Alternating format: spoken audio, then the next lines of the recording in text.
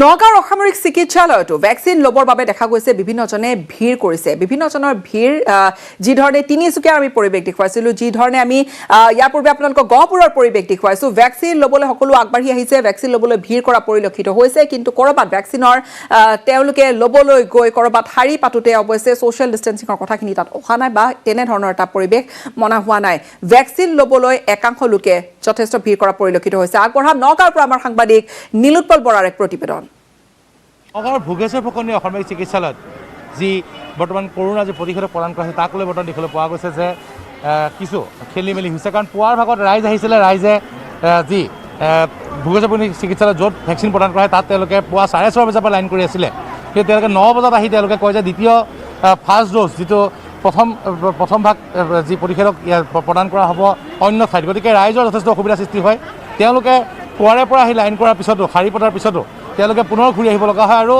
আমি যে দেখুৱাই আছোঁ আটাইতকৈ ডাঙৰ সমস্যাটো হৈছে যে স্বাস্থ্য বিভাগৰ লোকে যিটো সামাজিক যিটো দূৰত্ব সেই সামাজিক দূৰত্বৰ ক্ষেত্ৰত কোনো ধৰণৰ তেওঁলোকে গুৰুত্ব দিয়া নাই এইসকল লোক যথেষ্ট কষ্টৰে আহিছে পুৱাৰে পৰা আহি পেলাই তেওঁলোকে শাৰী পাতি আছে তেওঁলোকক জনোৱা হোৱা নাছিল যে ক'ত তেওঁলোকক প্ৰতিষেধক প্ৰদান কৰা হ'ব তেওঁলোকে প্ৰথমবাৰ আহি পেলাই যিহেতু ভোগেশ্বৰ ফুকনীয়া অসামৰিক চিকিৎসালয়ত য'ত ভেকচিন প্ৰদান কৰা হয় তাত তেওঁলোকে শাৰী পাতিছিলে পিছত তেওঁলোকে বেলেগ এখন নটিচ আহি দিয়ে যে ইয়াতহে আচলতে প্ৰথম ড'জ প্ৰদান কৰা হ'ব পুনৰ ৰাইজ ইয়ালৈ আহিব লগা হয় এইলৈ ৰাইজৰ মাজত কিছু অসন্তুষ্টি আছে আপুনি ভেকচিন ল'বলৈ আহিছে প্ৰথমতে আপোনালোকে তাতো শাৰী পাতিছিলে তাতে শাৰী পাতিছিলোঁ ফটো কৰি ডিচিশ্যন ল'লে ইয়াতেও আহিব হয় কিছুমানে দৌৰি দৌৰি আহি গ'ল আমি আগতে অহাকেইটাও ল'ব পৰা নাই পিছত অহাবিলাক লৈ গুচি গ'ল এনেকৈ হৈ গৈছে কৰিব লাগে কমচে কম আলাগ বেলেগ জেগাত দিব লাগে ভেকচিনটো আপোনাৰ চাওকচোন ৰাতিপুৱা 6টা বজাৰ পৰা মানুহ ৰৈ আছে কিন্তু এতিয়ালৈকে কোনো নাই আহিছে মানুহ 10টা বজাৰ যদি বেলেগ জেগাত দিয়ে তেতিয়াহ'লে ধৰক মানুহবিলাকে চবেই সময়মতে বস্তুটো ল'ব পাৰিব আমি মানে চব ৰাতিপুৱা আহিছোঁ তাত দৌৰি আকৌ ইয়াত আহিছোঁ ইয়াত পিছত এতিয়া লাইন ইমান হৈছে মানুহৰ চব ভিৰ বেছি হৈ গৈছে এইসকল লোকে কৰোণাৰ ভেকচিন ল'বলৈ আহিছে কি তেওঁলোকে আহি পুৱাই যথেষ্ট কষ্ট হ'বলগীয়া হৈছে কোনো ধৰণৰ ছিষ্টেমেটিক কোনো ধৰণৰ ইয়াত যিখিনি ব্যৱস্থা কৰিবলৈ কৰা নাইকিয়া আৰু আপোনালোকক থাৰ্মেল স্কেন কৰিছিলে আপোনালোকক নাই স্কেন কৰা নাই কোনো ধৰণৰ স্কেনো কৰা নাই টেষ্টো কৰা নাই কোনো নাই কৰা মই দেখুৱাইছোঁ এয়া স্বাস্থ্য বিভাগৰ নগাঁও যিগৰাকী LC নাথ যিগৰাকী নগাঁও ভোগেশ্বৰ ফুকনীয়া অসামৰিক চিকিৎসালয়ৰ ছুপাৰিণ্টেণ্ডেণ্ট তেখেতেও অধীক্ষক চিকিৎসক তেখেতে কোনো ধৰণৰ গুৰুত্ব দিয়া নাই ৰাইজে পুৱাৰে পৰা আহিছে যথেষ্ট কষ্ট পাইছে প্ৰথমে আন এঠাইত শাৰী পাতিছিলে তাৰ পৰা ইয়ালৈ পুনৰ দৌৰি আহিব লগা হৈছে ৰাইজৰ সামাজিক দূৰত্বত গুৰুত্ব দিয়া নাই স্কেন কৰা নাই এইদৰে ৰাইজৰ বিপদত পেলাইছে আৰু মই এটা কথা ক'ব লাগিব যে 10 বজাত তেওঁলোকে আহিছে যি ভেকচিন প্ৰদান কৰিবলৈ তেওঁলোকে 10 বজাত খুলিছে কিন্তু ৰাইজ পুৱা 6:30 বজাৰ পৰা আহি পেলাই ইয়াত শাৰী পাতি আছে তাৰপিছত তেওঁলোকৰ যিসমূহ অসুবিধা আছে গতিকে ৰাইজ কিছু ক্ষুব্ধ আৰু আমি দেখুৱাইছোঁ যে ভেকচিন ল'বলৈ কিন্তু ৰাইজ আহিছে ৰাইজ সজাগ হৈছে ৰাইজে বিচাৰিছে চৰকাৰৰ আহ্বানৰ প্ৰতি ৰাইজে সহায় যেনে ভেকচিন ল'বলৈ আহিছে কিন্তু যিসকল স্বাস্থ্য বিভাগৰ যিসকল নগাঁও ভোগেশ্বৰ ফুকনীয়া অসামৰিক চিকিৎসালয়ৰ যিসকল কৰ্তৃপক্ষ আছে তেওঁলোকৰ অমনোযোগিতাৰ বাবে বৰ্তমান ইয়াত ৰাইজ কিছু অসন্তুষ্ট হৈ পৰিছে ইফালে কৰোনা ভেকচিন লোৱা কেন্দ্ৰ কৰি কৰিমগঞ্জ অসামৰিক চিকিৎসালয়তো এটা উত্তেজনাপূৰ্ণ পৰিস্থিতি দেখা গ'ল কৰোনাৰ পৰা ৰক্ষা পোৱাৰ বাবে ভেকচিন গ্ৰহণৰ বাবে চিকিৎসালয়খনত পুৱা 7 বজাৰ পৰা শাৰী পাতিলে হাজাৰ হাজাৰ লোকে পৰিস্থিতি নিয়ন্ত্ৰণৰ বাবে আনকি আৰক্ষী মুতায়ন কৰিবলগীয়া হ'ল এই সন্দৰ্ভত প্ৰতিবেদন আগবঢ়াম আমাৰ সাংবাদিক গৰিশ নন্দীৰ ভয়াৱহভাৱে বৃদ্ধি পাব ধৰিছে কৰোনা আক্ৰান্তৰ সংখ্যা আৰু ব্যতিক্ৰম নহয় কৰিমগঞ্জত দেখা গৈছে 100 ঘৰ পাৰ কৰিলে ইতিমধ্যে আৰু যিহেতু কেন্দ্ৰীয় চৰকাৰে ইতিমধ্যে নিৰ্দেশনা জাৰি কৰিছে যেন 45 বয়সৰ ঊৰ্ধ্ব যিসকল সকলোকে কৰোনা ভেকচিন দিয়া হ'ব আৰু ইয়াকে লৈ কৰিমগঞ্জ অসামৰিক চিকিৎসালয় লাগিছে হেতাও পৰা আমি দেখিবলৈ পাইছোঁ ইয়াতে যথেষ্ট সংখ্যক লোকে ভিৰ কৰিছে আমি যিমানখিনি জানিব পাৰিছোঁ তেওঁলোকে 7টা বজাৰ পৰা এনেদৰে শাৰী পাতি আছে দীঘলীয়া শাৰী এয়া হ'ল যি গ্ৰাউণ্ডত এনেদৰে লানি আছে আৰু ওপৰত দ্বিতীয় মহলাত উঠি হৈ লানিখন সম্পূৰ্ণ গৈছে তাতে যথেষ্ট ভিৰ আছে ইয়াতে গিজগিজাই আছে লোকে সকলোৰে এতিয়া শংকিত হৈ সকলে ভেকচিন লোৱাৰ প্ৰয়াস চলাই আছে এয়া এটা ভাল কথা ভাল দিশ ভেকচিন ল'ব কিন্তু যেনেদৰে হেতাৰৰ পৰা লাগিছে ইয়াতে এটা দেখা গৈছে যেন ইয়াতে কিন্তু ইমান এটা সামাজিক দূৰত্ব বজাই হোৱা নাই যাৰ বাবে হিমচিম খাব লগা হৈছে হাস্পাতাল কৰ্তৃপক্ষ কৰিমগঞ্জ অসামৰিক চিকিৎসালয়ৰ দৃশ্য এয়া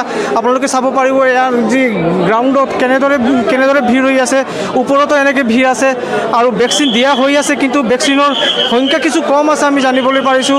গতিকে সকলোৱে বিচাৰে যেন যাতে তেওঁ লৈ ল'ব পাৰে ভেকচিনটো। এজন আছে, এগৰাকী। আপনি কেইটার পর লাইনত আছে? আমি সকাল 8টা থেকে দাঁড়িয়ে আছি, এখন পর দেওয়া হবে কি না এটাও গ্যারেন্টি নাই, আমরা জানতে পারতেছি না দেওয়া হবে কি না। কেউ ওদের তরফ থেকে বলছে না যে আজকে দেওয়া হবে কি না হবে, কমসে কম টুকনটা আমাদেরকে দেওয়া হোক। সকাল 8টা থেকে দাঁড়িয়ে আছি লাইনে। ভ্যাকসিন তো চলে আছে, কিন্তু লাইনই দীঘলীয়া।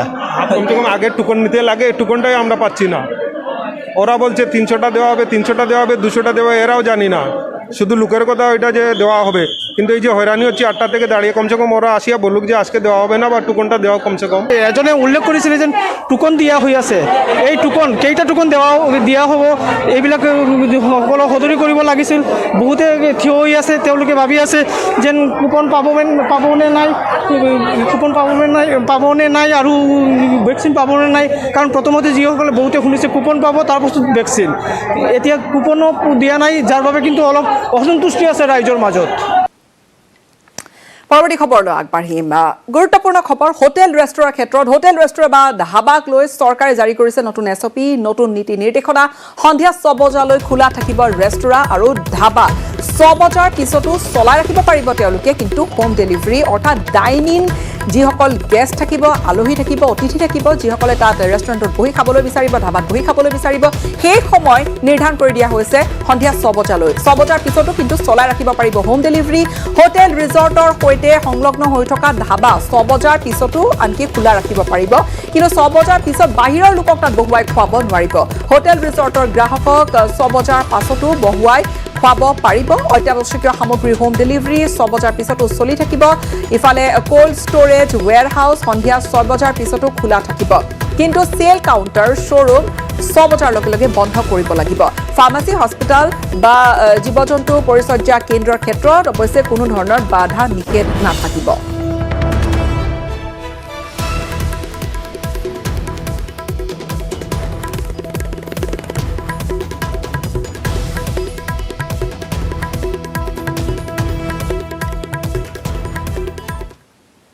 বিৰতি এটাৰ পিছত পুনৰ স্বাগতম জনাইছোঁ। ইতিমধ্যে বিৰতিৰ পূৰ্বে আমি সেই খবৰ আপোনালোকক জনাইছিলোঁ নাছিকৰ পৰা, য'ত অক্সিজেন নাপায়। নাছিকত কেইবাগৰাকী ৰোগীয়ে মৃত্যুক আঁকোৱালি লৈছে। প্ৰাৰম্ভিক তথ্য অনুসৰি প্ৰায় 6 গৰাকী ৰোগীৰ মৃত্যু ঘটিছে অক্সিজেনৰ অভাৱত।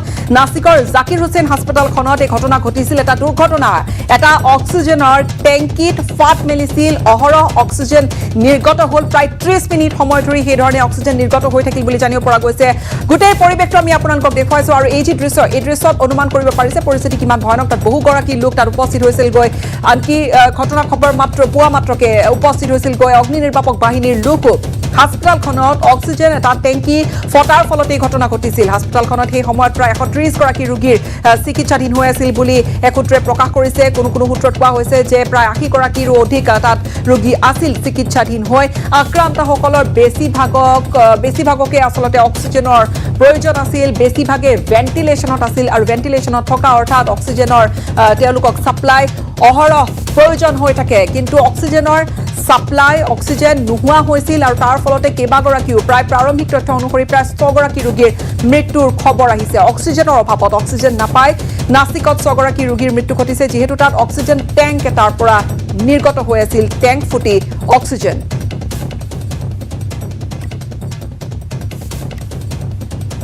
नासिकों पर हमारे सांबादिक लक्ष्मण और होते संयुक्त हुए এই मुहूर्त। लक्ष्मण, हमें बताइए क्या हुआ था उस वक्त और कितने पेशेंट्स की डेथ हुई है? नासिक के जाकिर हुसैन अस्पताल की ये तस्वीरें मैं आपको दिखाना चाहता हूँ। ये जाकिर हुसैन का म्यूनिसिपल कॉरपोरेशन का जो अस्पताल है, यहाँ की ये तस्वीर है। 12 लोगों की अभी तक मौत की पुष्टि जो है वो यहाँ के जो कॉरपोरेशन के जो कमिश्नर है उन्होंने की है। और यहाँ पे अभी कलेक्टर जो है, पुलिस कमिश्नर है, वो सब यहाँ पे दाखिल हो चुके हैं। और अंदर जो लोगों की मौत हो गई है उनके जो रिलेटिव्स है उनको यहाँ पे समझाया जा रहा है। नासिक के कॉरपोरेशन का ये जाकिर हुसैन का अस्पताल है, उसके जो ICU और वेंटिलेटर के बेड पे जो पेशेंट्स है उनमें से 12 लोगों की मौत हो चुकी है। गैस लीकेज हो चुका है। जिस गैस की टंकी थी, जो टंकी यहाँ पे लोड करने के लिए लाई गई थी, उसमें ही लीकेज हो गया और उसकी वजह से यहाँ में जो 12-13 लोग अंदर थे उनमें से 12 लोगों की मौत की पुष्टि कॉर्पोरेशन की ओर से की गई है। और भी कुछ लोग अंदर जो है वो दाखिल है, उनको बचाने की कोशिश की जा रही है। कॉर्पोरेशन के जो डॉक्टर्स हैं वो वहाँ पे उनको बचाने के लिए पूरी तरह से कोशिश कर रहे हैं। नासिक की ये तस्वीरें आप देख सकते हैं, पुलिस जो है यहाँ पे पूरी तरह से तैनात कर दी गई है। जो रिलेटिव्स है यहाँ के, जो पेशेंट यहाँ पे डेथ हुए उनके रिलेटिव्स यहाँ पे दाखिल हो रहे हैं, उसकी वजह से वो पुलिसों ने पूरा बंदोबस्त यहाँ पे किया गया है। आप देख सकते हैं नासिक के कलेक्टर, पुलिस कमिश्नर और यहाँ के जो पॉलिटिकल लीडर है वो यहाँ पे दाखिल हो चुके हैं। मेयर है जो नासिक के, वो भी यहाँ पे आ चुके हैं। लक्ष्मण, काफी एक भयानक हादसा होगा जिस वक्त उस टैंकी में वो लीकेज शुरू हुआ होगा। कितने पेशेंट्स थे अंदर उस वक्त, कुछ बताया जा रहा है? और लक्ष्मण, ये भी जानना चाहेंगे किसकी गलती की वजह से हुआ था, कुछ इंक्वायरी या फिर प्रिलिमिनरी रिपोर्ट्स क्या कहती है, किसी ने कुछ कमेंट किया है? अभी तक अंदर जो है 120 मरीज जो थे वो दाखिल थे, उनके ऊपर कोरोना के ऊपर उपचार चालू था, मगर वेंटिलेटर और ऑक्सीजन पे 110 के आसपास मरीज जो थे वो दाखिल थे।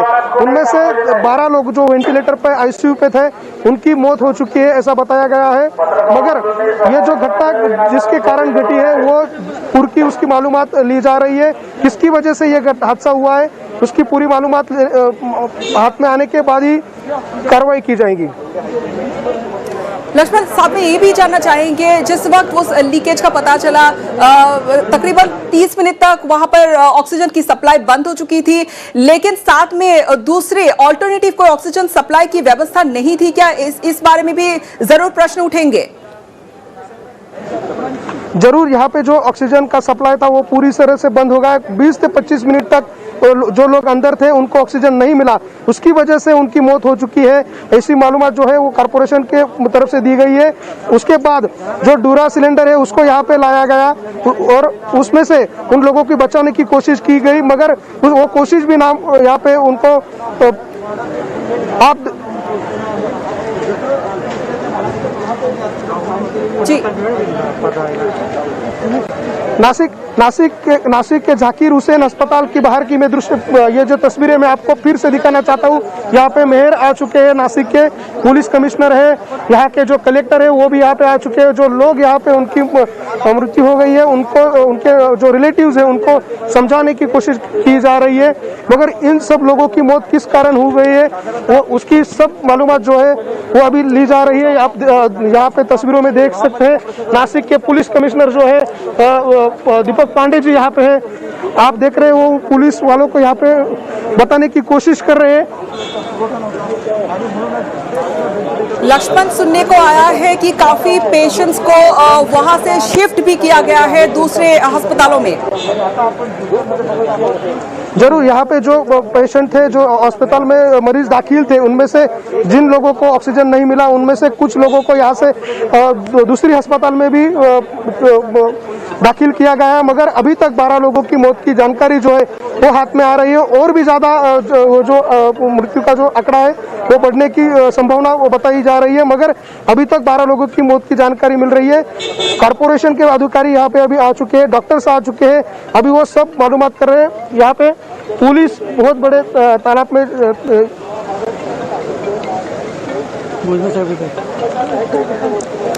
जी, आप बने रहिए हमारे साथ और हमें दृश्य थोड़ा दिखाइए। আমি এই মুহূৰ্তত আমি দৰ্শক দেখুৱাইছো নাসিকৰ পৰা সেই পোনপটীয়া সম্প্ৰচাৰ স্পষ্টকৈ তাত দেখা গৈছে আৰক্ষী তাত উপস্থিত হৈছে, আৰক্ষীৰ উপস্থিত অগ্নি নিৰ্বাপনৰ ব্যৱস্থা তাত আছে, অগ্নি নিৰ্বাপক বাহিনীৰ লোক তাত উপস্থিত হৈছে। আমাৰ সাংবাদিক লক্ষ্মণ গেহলতে তাৰ পৰা পোনপটীয়া সম্প্ৰচাৰত আপোনালোকক দেখুৱাইছে। নাসিকত এটা অতি ভয়ানক ঘটনা, হয়তো খুব এই ধৰণৰ ঘটনা সচৰাচৰ কাৰ অসাৱধানতা বশতঃ এই ঘটনা ঘটি গ'ল, সেয়া এই মুহূৰ্তত নিশ্চয়কৈ কোনেও সেই ধৰণে মন্তব্য কৰা নাই, কিন্তু নিশ্চিত হয়তো তদন্ত হ'ব। ইয়াৰ পিছত গোটেই ঘটনা পোহৰলৈ আহিব, কি হৈছিল কি নহৈছিল। কিন্তু তাত প্ৰায় 12 গৰাকী লোকে প্ৰাণ হেৰুৱাইছে, 11 পৰা 12 গৰাকী লোকৰ প্ৰাণ গৈছে বুলি জানিব পৰা গৈছে।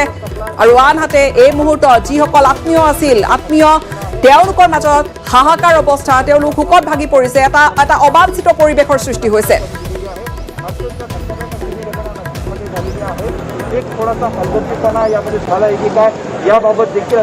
रिमोट दृश्य आपको पुनर्बार दिखाइছো। लक्ष्मण, वहाँ पे कोई अधिकारी, आपने बताया कि मेयर वहाँ पे पहुँच चुके हैं, किसी अधिकारी से आपने बात की, क्या बताया होगा उन्होंने?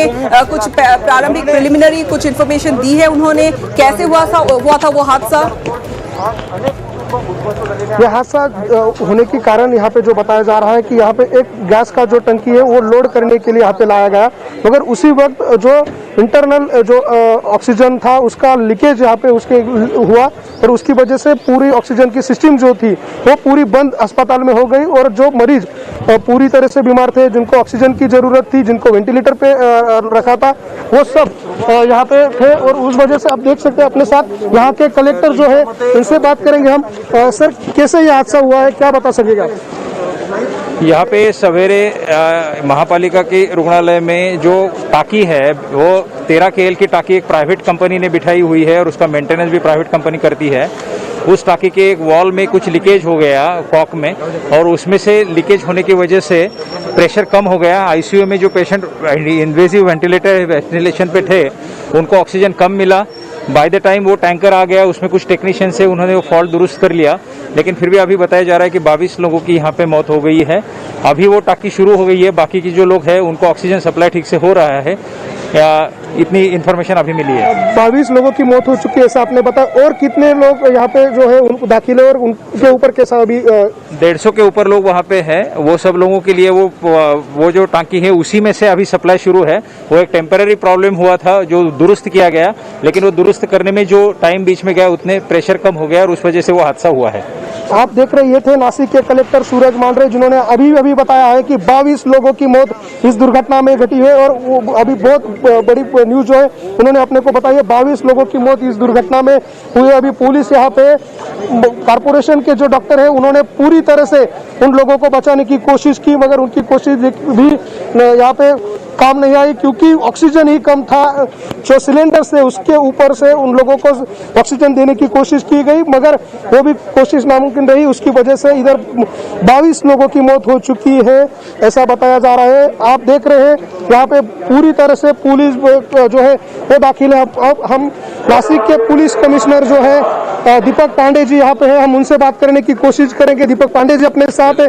सर, हम बाहर जाएंगे, मगर जो दुर्घटना अभी घटी है, आप यहाँ पे दाखिल हुए, पुलिस आपकी पूरी तरह से यहाँ पे तैनात की गई है, क्या अंदर क्या हुआ था? नाही, याच्यामध्ये असं आहे की या ठिकाणी प्रथम दृष्ट्या जे आपल्याला माहिती मिळालेली आहे की ऑक्सिजन रिफिलिंग करताना त्याच्यामध्ये लिकेज झाला आणि त्यामुळे जे व्हेंटिलेटरवरचे जे रुग्ण होते ते मृत्युमुखी पडलेले आहेत आणि त्या निमित्ताने लोकांची भावना खूप संतप्त आहे, जे त्यांचे नातेवाईक वगैरे आहेत। आणि त्याचबरोबर जे आता आपल्याला जे डेड बॉडीज आहेत ते स्मशानभूमीला जाऊन त्याचे अंत्यविधी करण्याचे जे आहेत प्रकार, त्याच्यामध्ये लोकांची संतप्त भावना बघून बाकी कितने लोगों की मौत हो चुकी है और क्या कारपोरेशन की वजह से बताया गया आपको?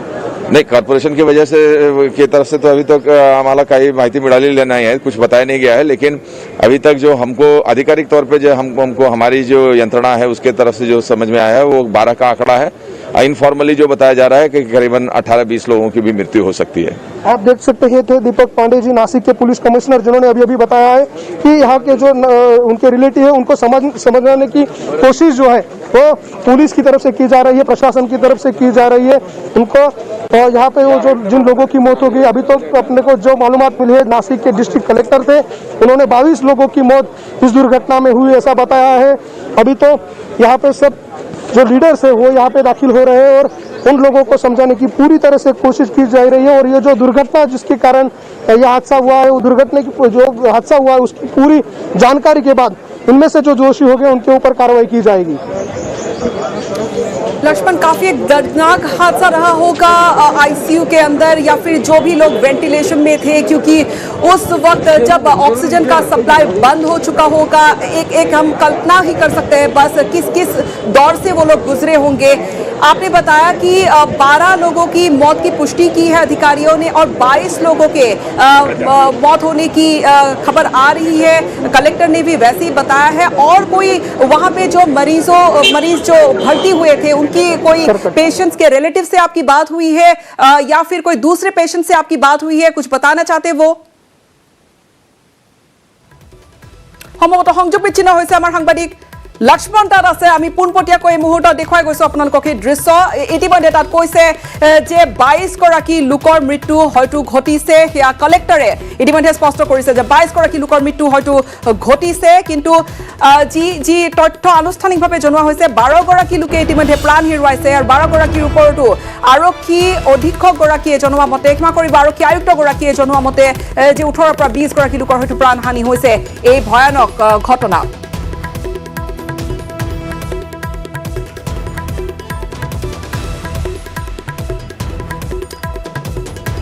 নাসিকৰ জাকিৰ হুছেইন হাস্পতালত এই ঘটনা যেতিয়া ৰিফিলিঙৰ সময় হৈছিল ঠিক তেতিয়াই কৰবাত নিৰ্গত হৈছিল কৰবাত লিকেজ আৰম্ভ হৈছিল সেই অক্সিজেনৰ টেংকত আৰু সেই লিকেজ আৰম্ভ হোৱাৰ লগে লগে তাত প্ৰেছাৰ কমি গৈছিল আৰু যি পাইপেৰে আচলতে সেই অক্সিজেন পৰিবাহিত হয় আইচিইউ লৈ বা অক্সিজেন পৰিবাহিত হয় আন বিছনাবোৰলৈ সেই আইচিইউৰ যি সাপ্লাই সেয়া প্ৰায় 30 মিনিট সময়ৰ বাবে বন্ধ হৈ পৰিছিল প্ৰেছাৰ কমি যোৱাৰ লগে লগে অক্সিজেনৰ যি প্ৰবাহ সেয়া কৰবাত ৰৈ গৈছিল আৰু 22 গৰাকী লোকে এক অকল্পনীয় বা এক ভয়ানক ভাবিবলৈ ভয় লগা এটা ঘটনা যে প্ৰায় তেওঁলোকে বিচৰাত কি ধৰণে হয়তো ছটফটাই তেওঁলোকে মৃত্যুক আকোৱালি ল'বলগীয়া হৈছিল অক্সিজেনৰ অভাৱত